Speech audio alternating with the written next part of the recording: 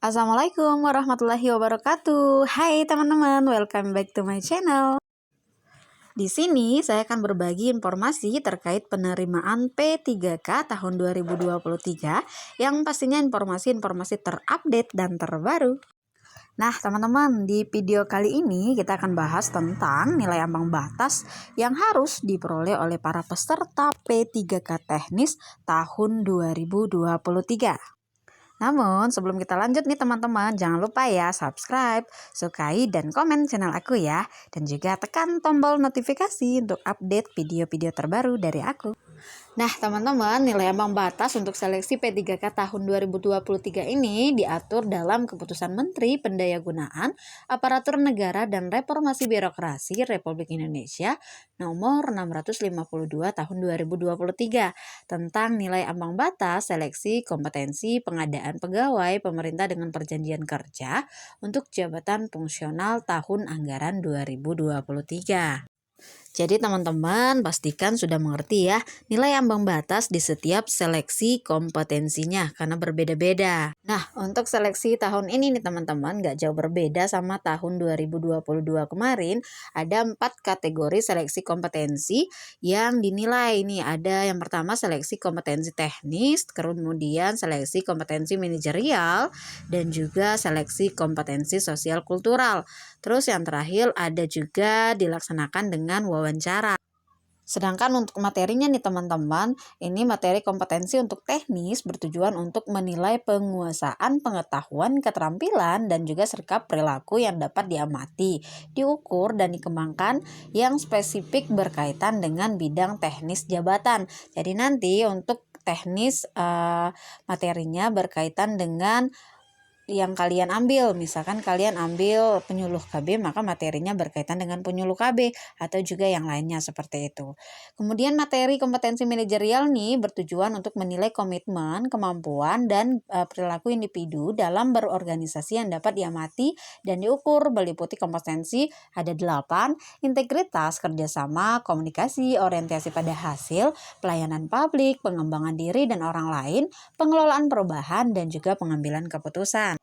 Terus yang ketiga nih teman-teman, materi kompetensi sosial kultural. Ini bertujuan untuk menilai pengetahuan dan sikap terkait pengalaman berinteraksi dengan masyarakat majemuk yang memiliki keberagaman dalam hal-hal agama, suku, budaya, perilaku, wawasan kebangsaan, etika, nilai-nilai moral, emosi, dan prinsip yang harus dipenuhi setiap pemegang jabatan untuk memperoleh hasil kerja sesuai dengan peran, fungsi, dan jabatan dalam peran pemangku jabatan sebagai perekat bangsa yang memiliki 1. Kepekaan terhadap keberagaman, 2. Kemampuan berhubungan sosial, 3. Kepekaan terhadap pentingnya persatuan dan empati.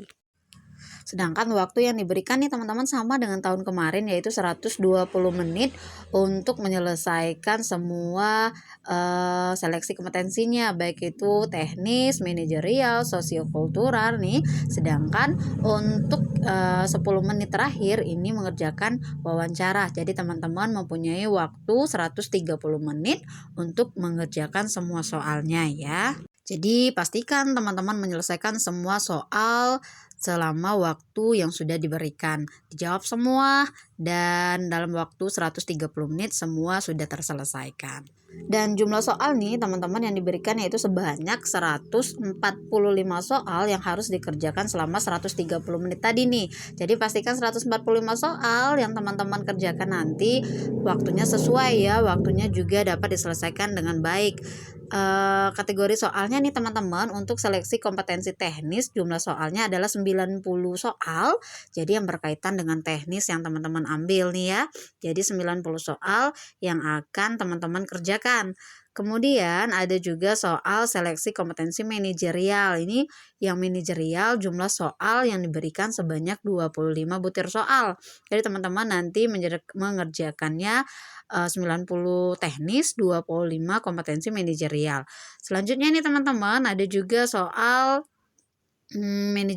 seleksi kompetensi sosial kultural. Nah, kultural ini jumlah soalnya adalah sebanyak 20 butir soal. Nah, sedangkan yang terakhir adalah soal wawancara. Ini jumlah soalnya sebanyak 10 soal dalam waktu kurun 10 menit kalau teman-teman mengerjakannya. Jadi jika dijumlahkan ada 145 soal yang harus teman-teman kerjakan dalam kurun waktu 120 menit ya. Terus juga nih pembobotan di setiap kompetensi ini berbeda-beda juga nih teman-teman. Kalau untuk materi soal seleksi kompetensi teknis, setiap soal yang benar teman-teman akan mendapatkan nilai bernilai 5. Sedangkan kalau teman-teman menjawab salah, maka tidak diberikan nilai atau 0 nih. Sedangkan untuk materi soal seleksi kompetensi manajerial, bobot yang teman-teman dapat antara rentan dari 1 sampai 4. Jika teman-teman bisa menjawab yang paling tinggi, maka akan mendapatkan poin 4. Sedangkan mendapat poin paling rendah yaitu mendapatkan poin 1. Terus nih teman-teman, untuk materi soal seleksi kompetensi sosial kultural juga sama dengan materi seleksi kompetensi manajerial. Jika teman-teman mendapatkan nilai paling tinggi yaitu poinnya 4, sedangkan jika yang paling rendah adalah 1. Namun jika teman-teman tidak menjawab maka mendapatkan nilai 0. Nah, begitu juga untuk yang terakhir nih teman-teman, untuk materi soal wawancara sama dengan manajerial dan juga sosial kultural. Ini terdiri dari 1 sampai 4 poinnya ya. Jika teman-teman bisa menjawab tertinggi yaitu mendapat poin 4, sedangkan jika teman-teman menjawab paling rendah mendapatkan poin 1. Sedangkan jika teman-teman tidak menjawab, maka dipastikan tidak dapat nilai alias 0. Nah, ini teman-teman ya, saya himbaukan untuk teman-teman semua soalnya dijawab agar mendapatkan nilai. Rugi sekali gitu kalau nggak jawab manajerial, sosial, kultural, juga wawancara, karena jika tidak jawab maka nggak dapat poin. Sedangkan pilihannya selalu mendapatkan poin dari 1 sampai 4. Pastikan teman-teman mendapatkan poin tertinggi di setiap soalnya agar mendapatkan nilai yang maksimal. Nilai yang maksimal bisa diperoleh nih teman-teman yaitu sebesar 670. Ini terbagi menjadi 450 untuk nilai tertinggi di teknis. Jadi teman-teman, jika teman-teman menjawab nilai paling tinggi untuk kategori seleksi kompetensi teknis, maka teman-teman mendapatkan 450 poin. Terus sedangkan jika teman-teman menjawabkan nilai tertinggi untuk kategori sosial dan juga manajerial, maka teman-teman mendapat nilai 180.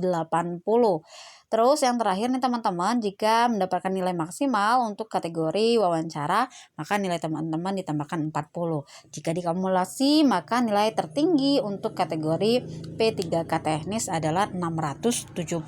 Jadi semoga teman-teman paham ya tentang nilai ambang batas yang harus didapatkan untuk dapat dikategorikan lulus passing grade.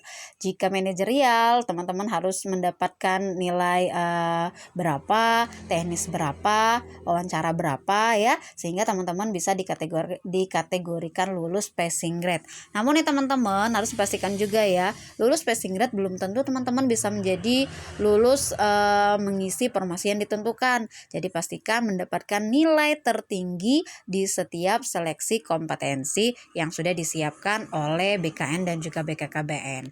Nah, keputusan ini nih teman-teman dikeluarkan pada tanggal 13 September 2020. Kita sudah bahas mengenai tentang nilai ambang batas sosial kultural, manajerial, wawancaranya. Sekarang kita lihat nih, ini di setiap instansi memiliki perbedaan atau nilai ambang batasnya masing-masing nih teman-teman di setiap formasi yang sudah disiapkan oleh pemerintah. Kita lihat nih ya, untuk formasi analisis kebijakan nih nilai ambang batas untuk teknisnya ini ditetapkan 270. Analisis ketahanan pangan ada 225 poin. Sedangkan analisis prasarana dan sarana pertanian ada 252 poin yang harus didapatkan oleh peserta atau pelamarnya. Jadi teman-teman sebelum mengisi atau juga memiliki keinginan untuk melamar di P3K tertentu, pastikan teman-teman tahu nilai ambang batas yang harus diperoleh untuk teman-teman agar bisa lulus passing grade. Nah, untuk teman-teman yang ingin melamar dalam kategori penyuluh keluarga berencana nih, nilai ambang batas yang harus didapatkan adalah sebesar 203 poin. Jadi untuk keluarga berencana lingkup BKKBN harus mendapatkan nilai teknis, nilai ambang batasnya sebesar 203 poin dari 90 soal. Pastikan ya teman-teman bisa menjawabkan paling tidak setengah atau lebih lah. Itu bisa mendapatkan nilai ambang batas yang diinginkan dari BKKBN itu tersendiri. Tapi teman-teman sekali lagi ya saya tekankan ya untuk teman-teman semua yang ingin mengikuti seleksi mengisi tes P3K teknis, baik itu sebagai penyuluh KB atau yang lainnya. Jangan hanya terpaku pada nilai ambang batas yang diberikan oleh setiap instansinya. Karena kenapa? Karena ini belum tentu membuat kalian lulus. Jadi pastikan mendapatkan nilai setinggi-tinggi yang kalian bisa. Seperti itu ya. Nilai kalian baik dari segi manajerial, sosial kultural, juga wawancara. Carilah nilai poin tertinggi semaksimal yang kalian bisa agar kalian dapat nilai tertinggi. Seperti itu ya teman-teman. Terakhir, semangat untuk seluruh pejuang NIP 3K tahun 2023. Semoga video ini bermanfaat dan dapat membantu teman-teman sekalian ya. Akhir kata, wassalamualaikum warahmatullahi wabarakatuh.